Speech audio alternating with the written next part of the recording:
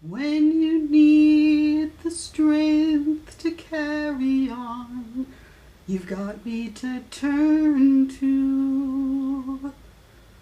With the songs that I sing and the magic they bring, you've helped me be strong now.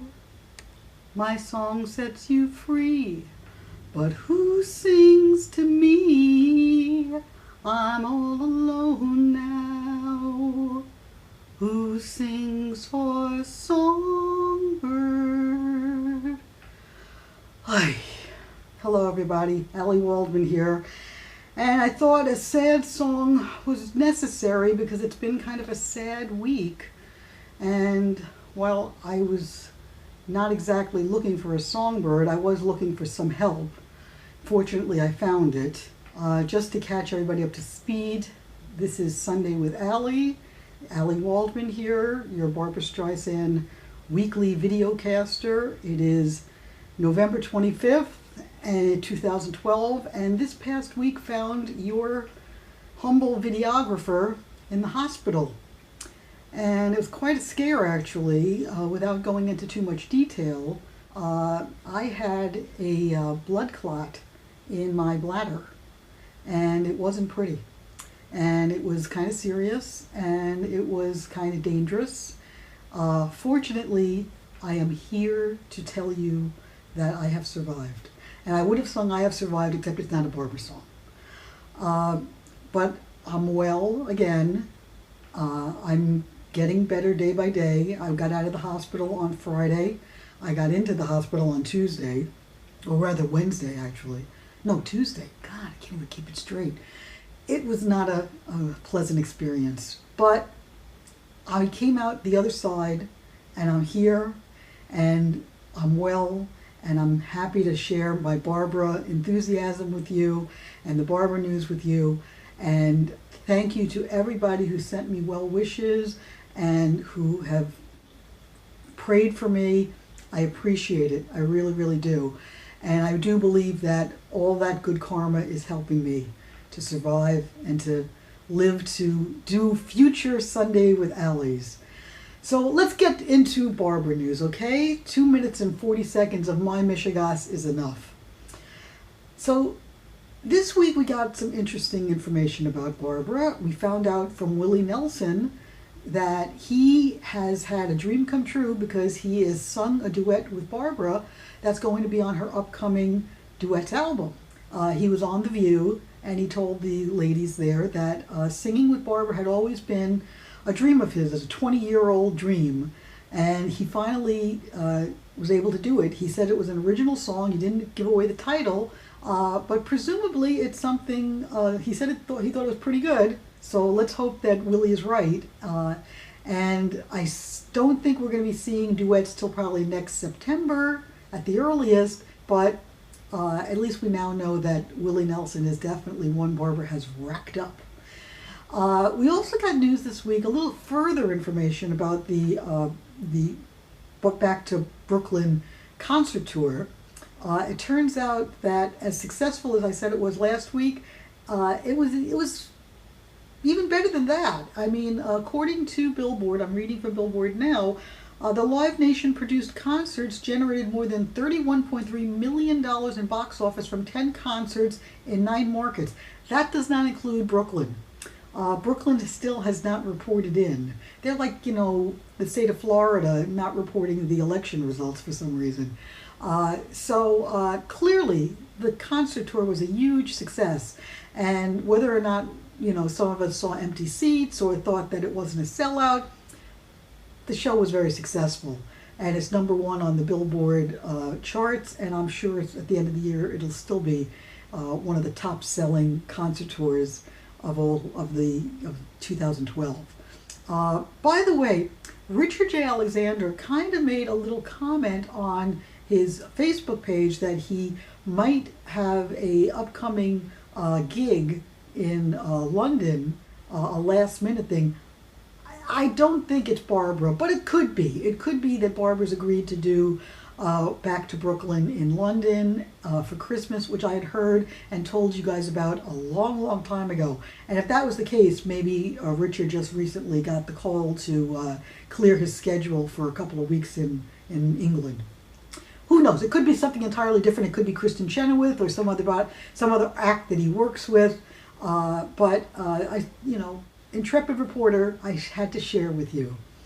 Now, speaking of Intrepid Reporter, there was a rumor this week that Barbra would be directing Skinny and Cat, the film about Margaret Burke White and Erskine Caldwell, their romance between the two of them.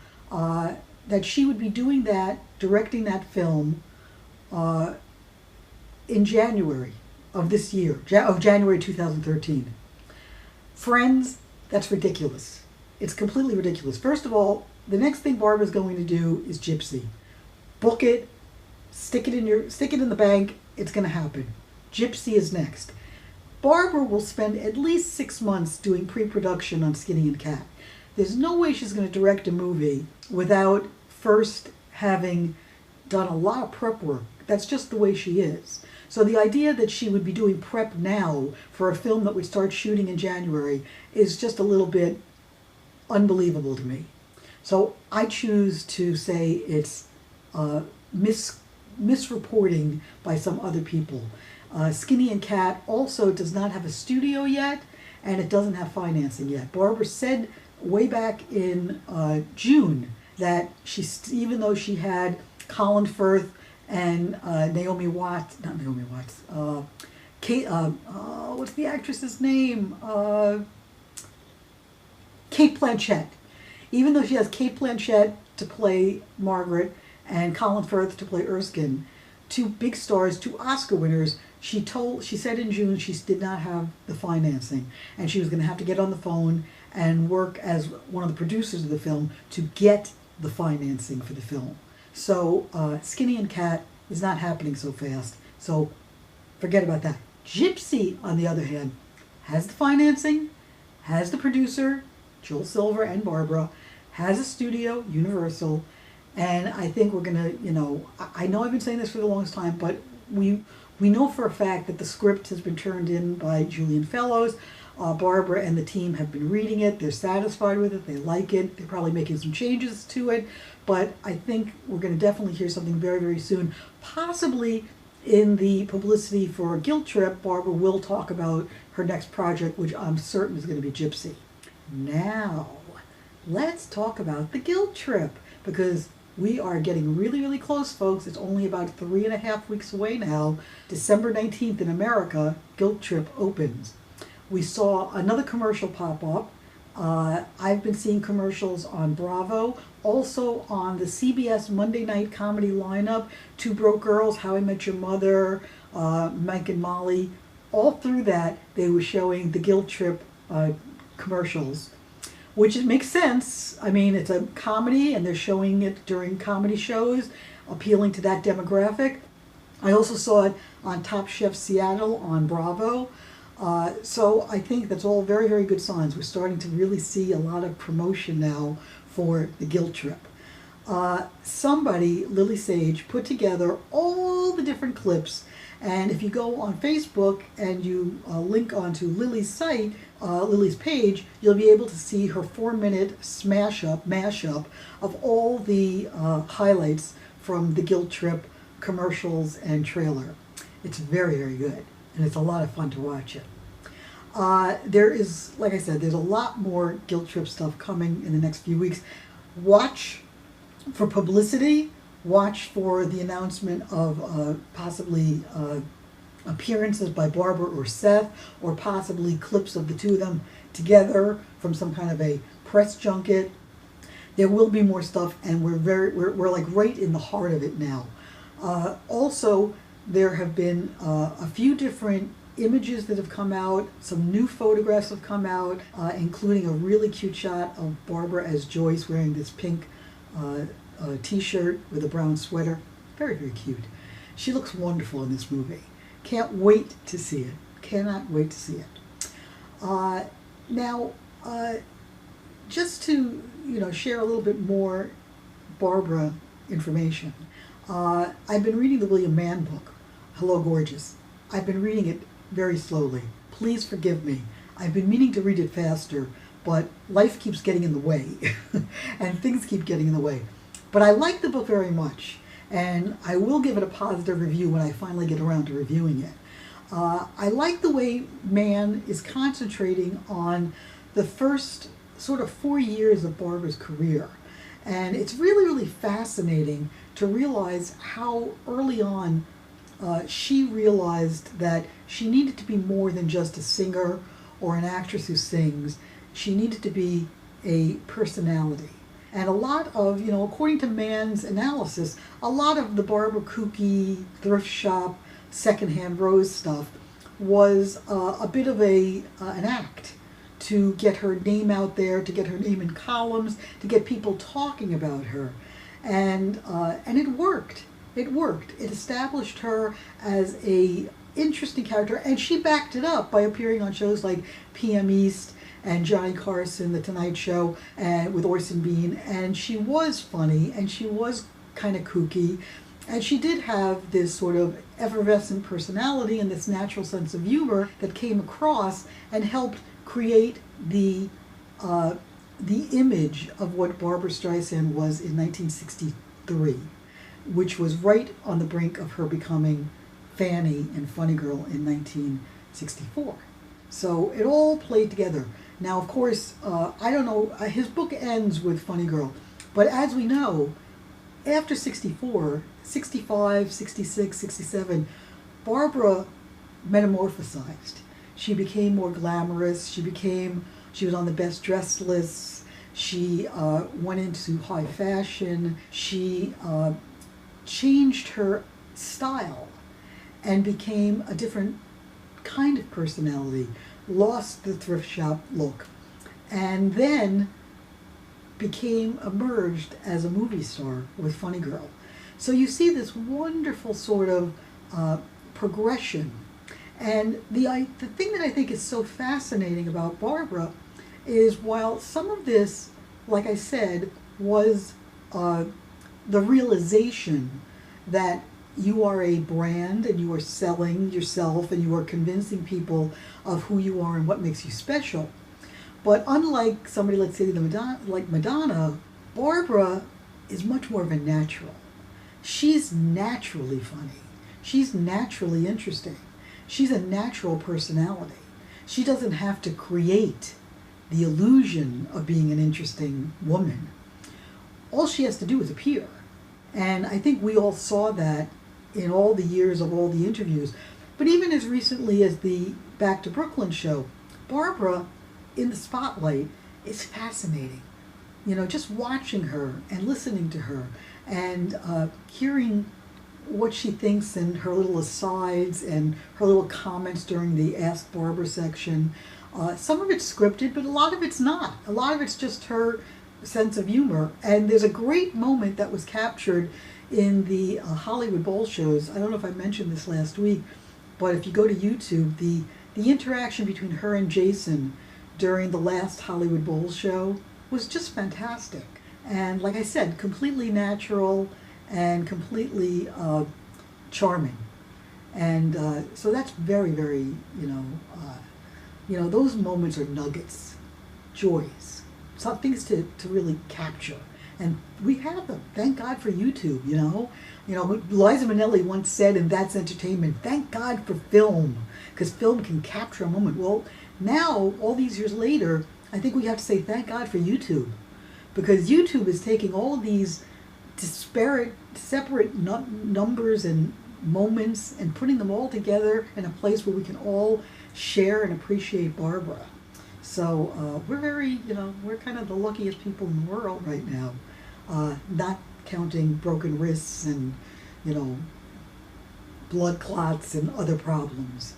And, my attitude, folks, is this. I could come on here and be very sad and depressed and, oh, woe is me and how terrible my life is. But I don't want to look at life that way. I want to look at life as half full, not half empty. And there are more days ahead of good stuff coming up.